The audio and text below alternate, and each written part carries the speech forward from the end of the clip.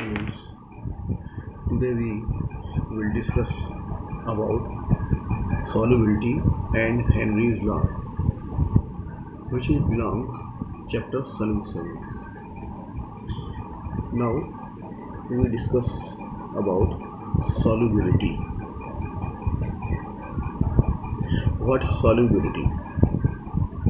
Solubility of a substance is called Solubility of a substance is defined as the maximum amount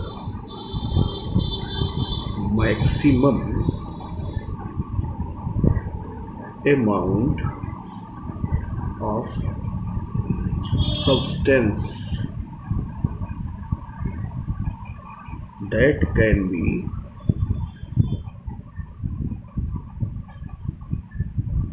dissolved in a specified amount of solvent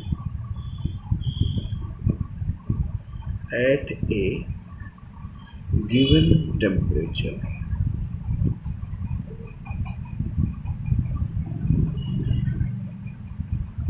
Now we repeat. Solubility of a substance is defined as the maximum amount of substance that can be dissolved in a specified amount of solvent at a given temperature. On the other way, the definition of solubility is the solubility of a substance may also be defined as the maximum amount of substance. Maximum amount of substance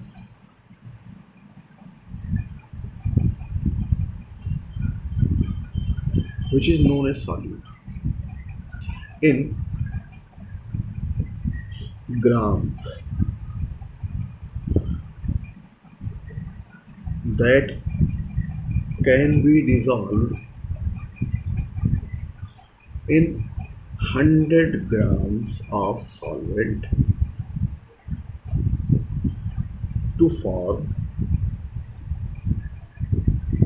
saturated solution at a given temperature. Now clear? Solubility of a substance को हम एक दूसरे तरीके से कैसे define कर सकते हैं? The maximum amount of substance in grams that can be dissolved in 100 grams of solvent to form saturated solution at a given temperature. Now, formula of solubility. Solubility is equal to mass of solute in grams upon mass of solvent into मतलब ये कितने solvent का कितना ग्राम होना चाहिए 100 ग्राम, तो यहाँ पर इंटू 100 कर देंगे और ये एक फार्मूला आपका बन जाएगा. Clear? Now we discuss next point कि solubility of a solid in liquid.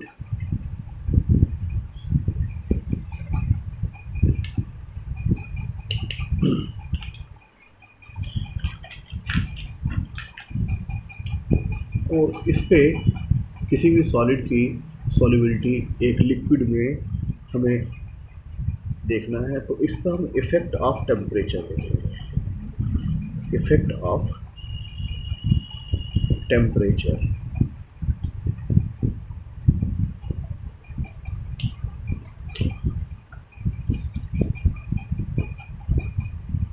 The solubility of a solid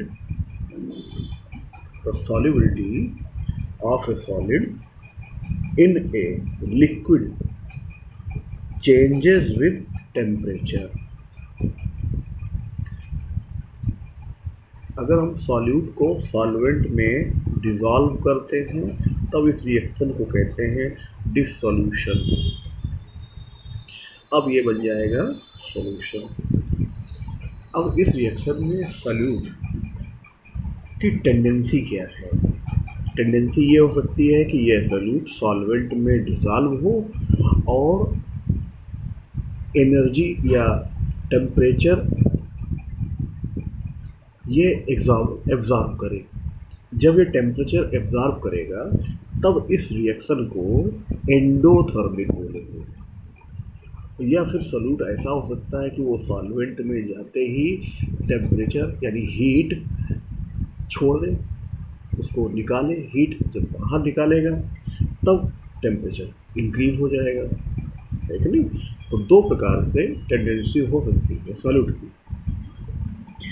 According to La Chatelier principle, if the dissolution process, ये dissolution process है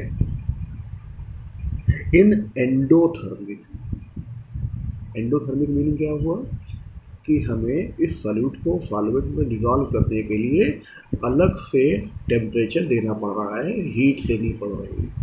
क्लियर हुआ? तो according to La Chatelier principle, if the dissolution process in endothermic, the solubility should increase with the rise in temperature. तो जैसे जैसे temperature हम increase करते जाएंगे उस सॉल्यूट की सॉल्युबिलिटी भी इंक्रीज करती जाएगी। इफ इट इज एक्सोथर्मिक, अगर ये डिसॉल्यूशन प्रोसेस एक्सोथर्मिक है यानी टेम्परेचर बढ़ रहा है, बढ़ेगा कब? जब सॉल्यूट सॉल्वेंट में डिसॉल्व होगा और खुद से टेम्परेचर छोड़ेगा यानी हीट निकालेगा। जैसे चूने को पानी में डालते हैं तो पानी गर्म हो जाता है। क्लियर हुआ?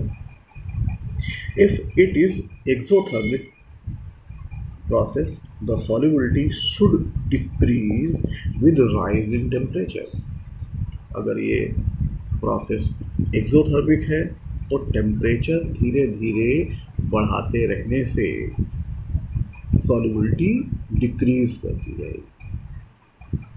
अभी ये क्लियर हो चुका है इतना।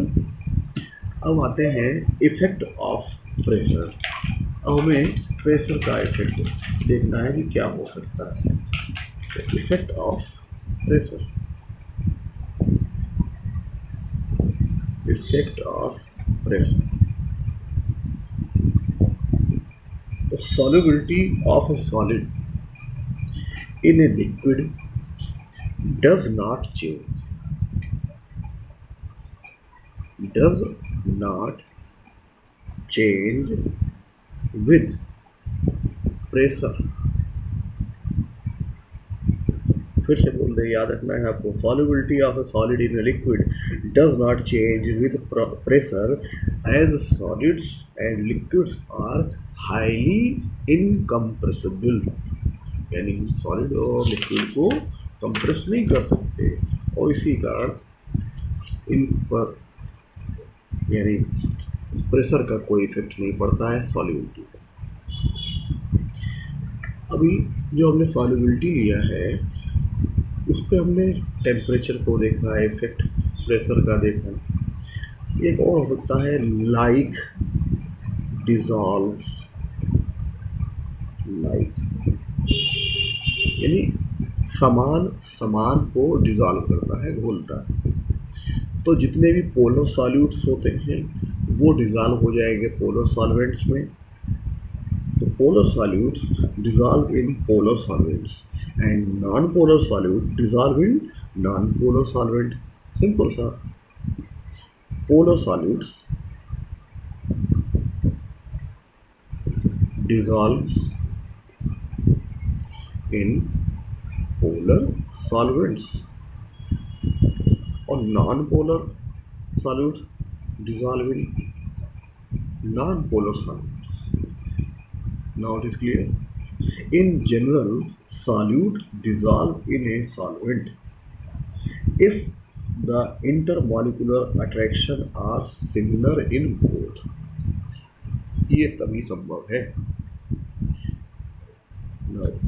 Next topic is solubility of a gas in liquid.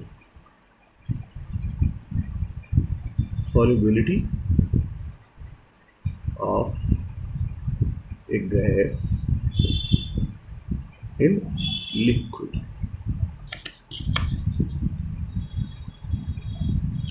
अब इसको डिफाइन करें, समझें क्या है। हमें मालूम है गैस का वॉल्यूम बहुत हाई होता है। जब उसको सॉल्यूबल करेंगे तो एक सॉल्यूशन बनेगा और सॉल्यूशन का वॉल्यूम फिक्स रहता है। तो एक रिएक्शन यहाँ पर आपकी बन जाती है। क्या बन जाती है ये? तो यहाँ पर वॉल्यूम इन्फिनिट है, यहाँ पर डिफिनिट है। तो वॉल्यूम फॉरवर्ड रिएक्शन में डिक्रीज हो रहा है। तो अकॉर्डिंग टू ला-शाटेलियर प्रिंसिपल क्या होगा? प्रेशर इंक्रीज करने पर ये रिएक्शन फॉरवर्ड होगी, आगे बढ़ेगी। क्लियर हुआ? क्यों? क्योंकि रिएक्शन प्रेशर बढ़ाने पर उसी डायरेक्शन में आगे जाती है जिधर वॉल्यूम में डिक्रीज है।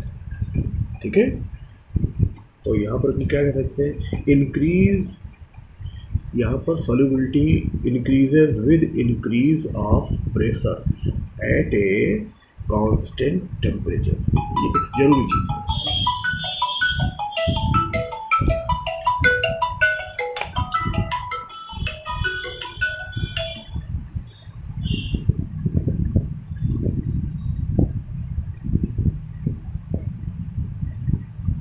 क्लियर हुआ?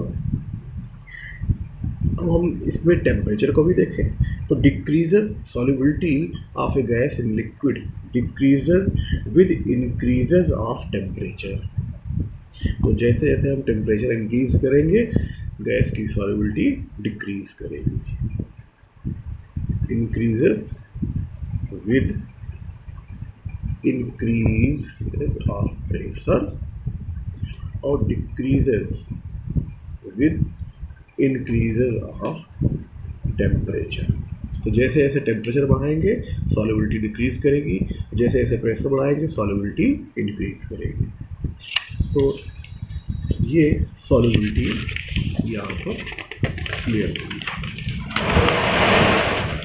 Now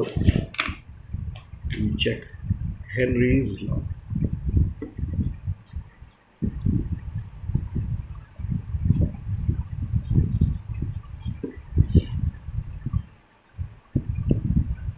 Henry law. At constant temperature, the solubility of a gas in a liquid is directly proportional to the pressure of gas over the solution. At constant temperature, the solubility of a gas in a liquid is directly proportional to the pressure of gas over the solution. अब इसको एक दूसरे तरीके से define किया जाए। The partial pressure of the gas in vapour phase directly proportional to the mole fraction. Mole fraction को हम डिनोट करते हैं इस प्रकार के H से। ठीक है, the partial pressure of the gas in vapour phase directly proportional to the mole fraction of the gas in the solution। अगर ये हम यहाँ प्रोपोर्शनल का साइन हटाते हैं तब एक कांस्टेंट आता है और उस कांस्टेंट को यहाँ पर हम डिनोट करते हैं Henry constant, where kh is equal to Henry's constant या Henry's law constant। It depends on the nature of gas। It depends on the nature of gas। Now we note greater the KH value, greater the KH value, the lower will be the solubility and vice versa. What is the meaning of this slide? जैसे जैसे Henry constant की value increase करेगी, बढ़ेगी, वैसे वैसे ही solubility decrease करती जाएगी। या फिर हम ये कह सकते हैं कि हेनरी कांस्टेंट की वैल्यू जैसे जैसे डिक्रीज करेगी, सॉल्युबिलिटी इंक्रीज करती जाएगी। Now it is clear.